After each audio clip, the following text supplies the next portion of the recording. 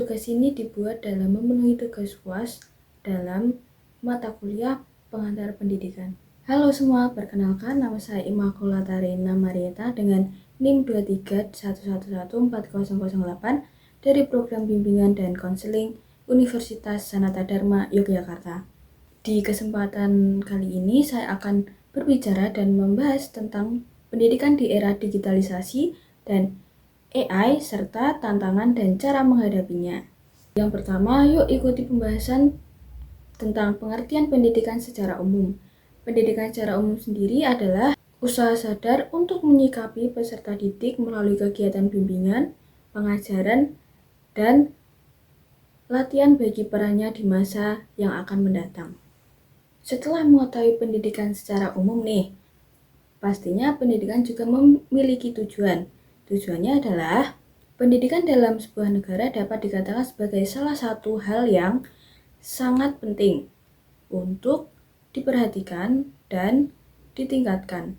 Pendidikan sendiri memiliki tujuan utama untuk menjadi media dalam melakukan pengembangan potensi dan mendasarkan manusia agar siap menghadapi kehidupan masa yang akan datang. Setelah tujuan, pastinya ada manfaat. Manfaat paling utama dari pendidikan adalah memberikan informasi dan pemahaman secara luas. Dengan adanya pendidikan yang berkualitas, orang-orang dapat lebih memahami dan mengenal berbagai jenis ilmu pengetahuan yang penting untuk masa depan. Tidak hanya pengertian dan tujuan pendidikan, kita harus mengetahui apa sih pengertian pendidikan di era digitalisasi ini.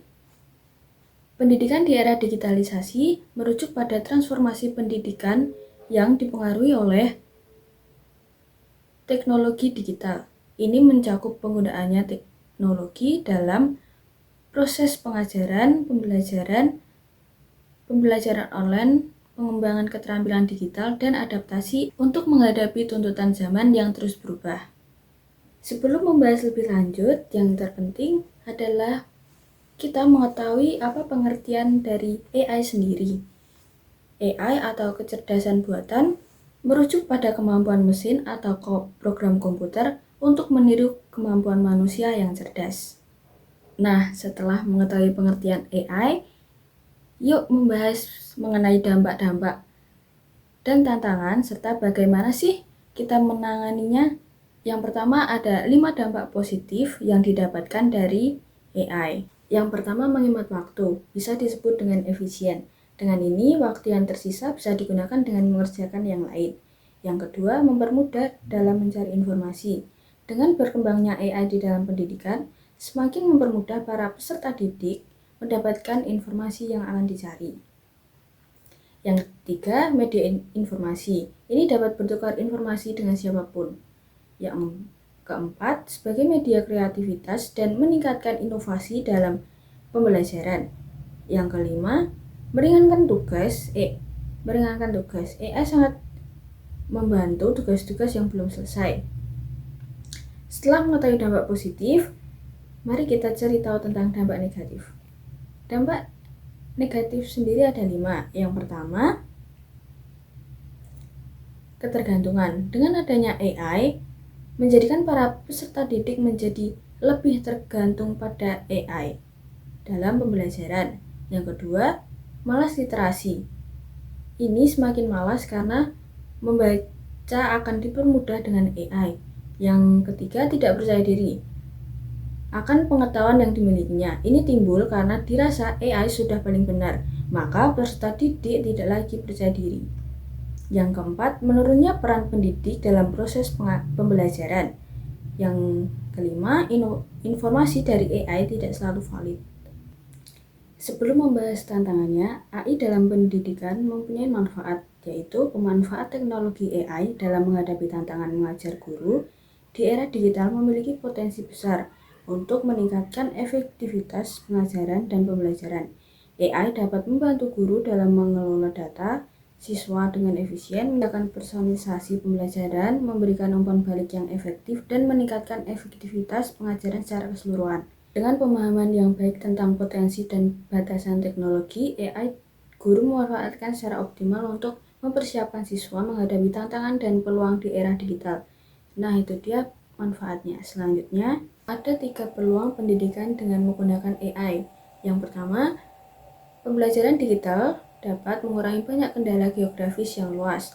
Siswa dapat mengakses video online yang memberikan instruksi tentang topik dari tingkat keahlian dan berpartisipasi dalam konferensi video dengan guru yang berada di tempat yang lain. Yang kedua, keberadaan teknologi layar sentuh telah memungkinkan anak-anak yang sangat muda untuk terlibat dalam pengajaran dengan bantuan teknologi. Yang ketiga, kemajuan teknologi AI sekarang memungkinkan guru untuk membedakan cara pengajaran, memberikan dukungan yang ekstra dan materi yang sesuai dengan perkembangan kepada siswa dan pengetahuan serta keterampilannya yang berbeda.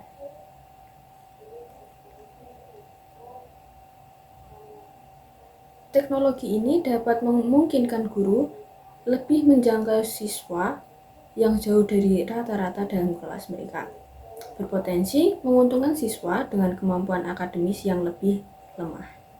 Yuk, yang terakhir kita akan membahas tantangan dan cara menghadapinya mengenai pendidikan di era digitalisasi dan AI.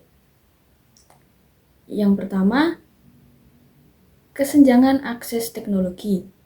Kita dapat menghadapinya dengan inisiatif untuk menyajikan akses teknologi yang merata, terutama bagi komunitas yang kurang beruntung, dan kita harus memanfaatkan program atau akses internet dengan baik.